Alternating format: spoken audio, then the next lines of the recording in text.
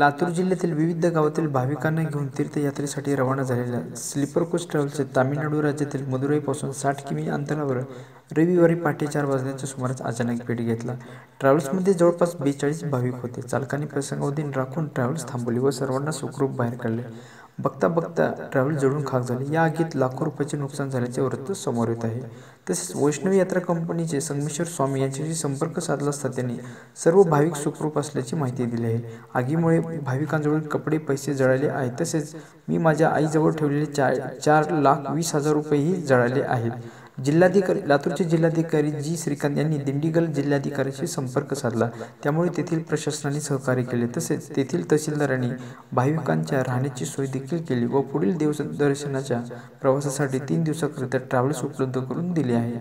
भाविक आता कन्याकुमारीकडे रवाना झाले आहेत। लातूरहून दुसरी ट्रॅव्हल्स सोमवारी सायंकाळी निघून 2 दिवसात तिरुपती येथे पोहोचणार आहे। त्या ट्रॅव्हल्समध्ये भाविक पुढील देवदर्शन करणार असल्याचे बातमी स्वामी यांनी यावेळी सांगितले।